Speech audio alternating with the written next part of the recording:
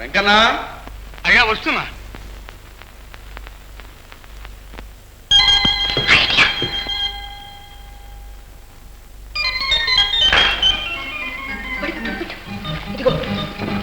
టెంకాయలు, బత్తాయికాయలు, మునక్కాయలు.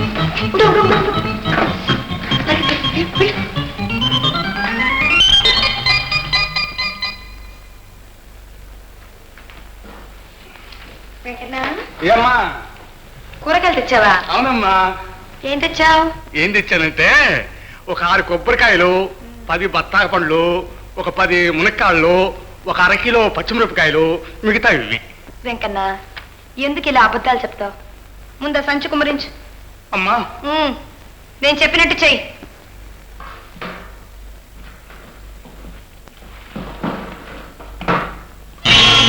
రామరామ, ఏమిటి అన్యాయం? కూరగాయలు తరిగిపోయాయేమిటి? అసలు నువ్వు తెస్తేగా తరిగిపోవడానికి. అమ్మా, చిన్నప్పటి నుంచి ఇంటి ఉప్పు తిట్టున్నాను.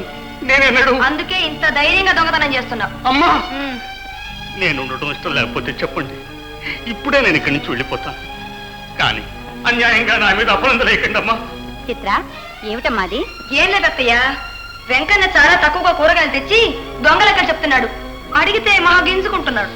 చిత్ర, వెంకన్న అలాంటి పని చేయడు. వెంకన్న, నువ్వు వెళ్ళి పని చూసుకో. చూసారా చూసారా, అక్కడికి వారేమో హరిశ్చంద్రుడు, నేనేమో అబద్ధాలు అడేదన్నా. అత్తయ్య, ఇలా పని మనుషుల ముందు నన్ను అవమానించడం ఏం బాగాలేదు. చిత్ర, ఏమిటమ్మాది? మామగారు, వెంకన్న ఏమేమో కాయగూరలు తెచ్చానన్నాడు. ఇలా చూస్తే అందులో సాగు కూడా లేదు. అదేమని అడిగితే అత్తగారు వాడిని వెనకేసుకొస్తున్నారు. కావాలంటే మీరే చూడండి ఇందులో ఏముందో. వెంకన్న, నువ్వో ఇలాంటి పని చేశావు? బాబుగారు, చూడు, నీకు డబ్బు అవసరం అయితే నన్ను అడగపోయావా? ఇలాంటి పాడు పని ఇంకెప్పుడు చేయకు. అయ్యో బాబుగారు, మీరు కూడా నన్ను అనుమానించిన తర్వాత నాకు ఇంట్లో స్థానం లేదు. బాబు, నాకు సెలవు పెంచండి, నేనే వస్తాను. అమ్మా, నాకు సెలవు పెంచండి అమ్మా. చూసారా మామగారు, ఇప్పుడు మీరేమన్నారని వెళ్ళిపోతున్నాడు. బాబు గారు, నేను చేసింది తప్పు, నన్ను క్షమించిందని అడగొచ్చు కదా. ఎంతైనా ఈ కాలంలో పని మనుషులు. ఇన్నాళ్ళు వాడు ఏం చేసినా అడిగేవాడు లేరు.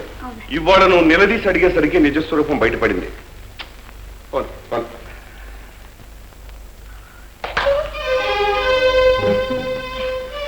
పాపం చిత్ర, పాపం కొంప ముంచావు.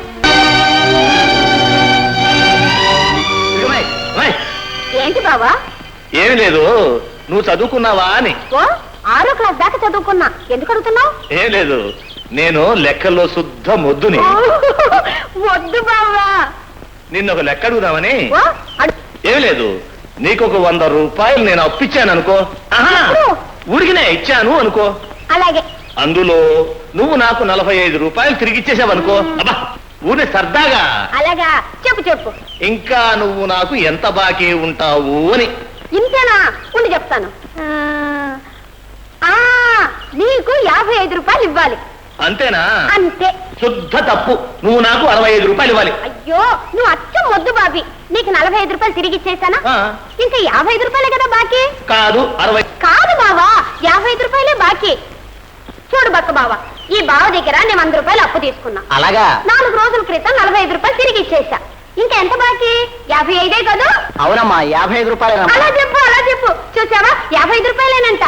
సరే, ఆ 55 రూపాయలు బారాయి. నేనా? నీకెందుకు ఇవ్వాలి? నీతో పెద్ద ఇబ్బందిగానే ఉందే. ఆ ఉప్పులో 55 రూపాయలు బారాయి. ఇది మరీ బాగుంది. అసలు నేను నీకెందుకు ఇవ్వాలి అని నేను ఇవ్వను. చూసారా చూసారా, మీరంతా వింటున్నారు కదా, చెప్పిపించండి అయ్యా. ఇచ్చేయమ్మా, మేమంతా వింటూనే ఉన్నాం. ముందే చెప్పావు కదమ్మా 55 రూపాయలు ఇవ్వాలని. కాదు. కాదంటే ఎలాగమ్మా, మాట్లాడుకోండి ఇచ్చేయి. అయ్యో, మీ తీర్పమండా, నేను ఇవ్వను. వెళ్ళండి.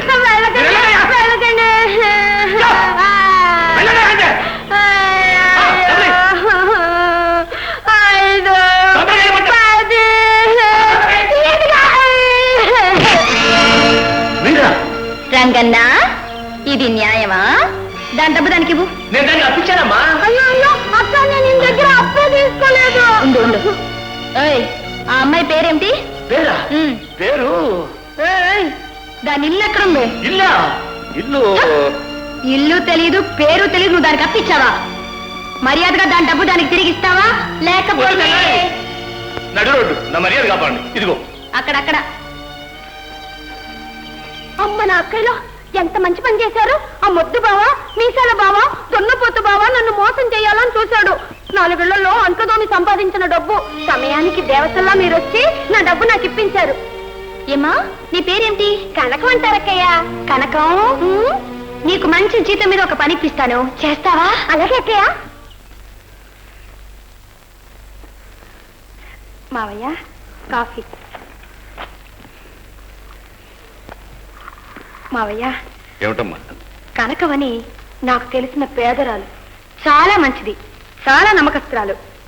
దాన్ని మన ఇంట్లో పనికి పెట్టుకుందామా? అలాగేనమ్మా, కానీ మీ అత్తయ్యతో కూడా ఒక మాట చెప్పమ్మా. అత్తయ్యతోనా? నేను ఆవిడతో ఈ సంగతి చెప్పను.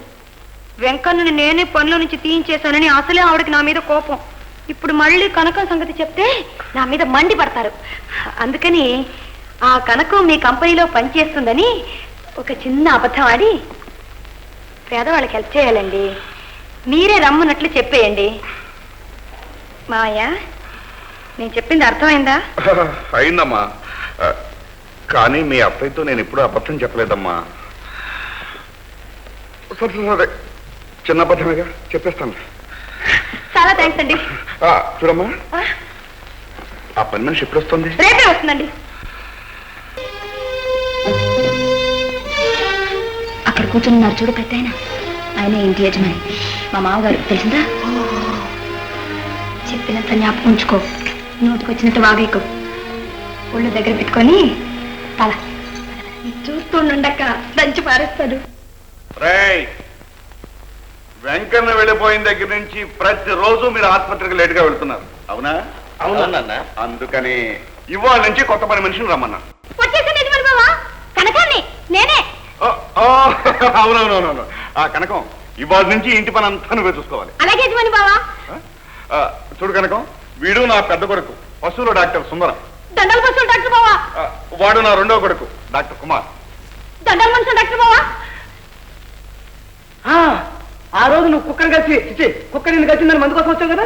అవును, కుక్క డాక్టర్ బావా. కుక్క డాక్టర్ మా అన్నయ్య. రే రే నోరు మీద ఇలా ఇలా. ఏంటి బావా?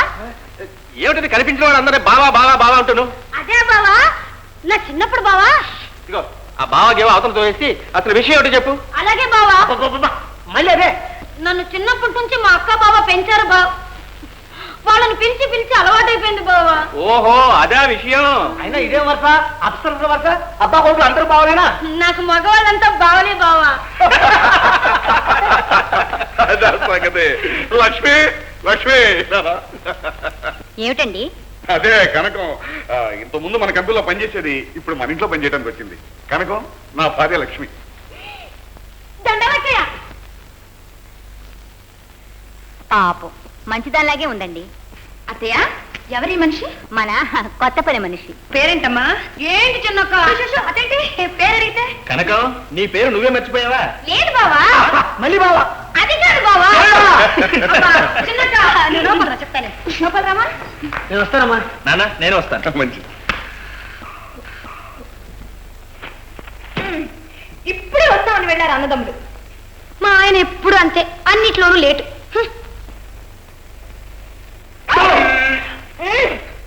ఇప్పుడు రావటం. ఒరే మన వాళ్ళు ఎప్పుడో రెడీ అయిపోయారు.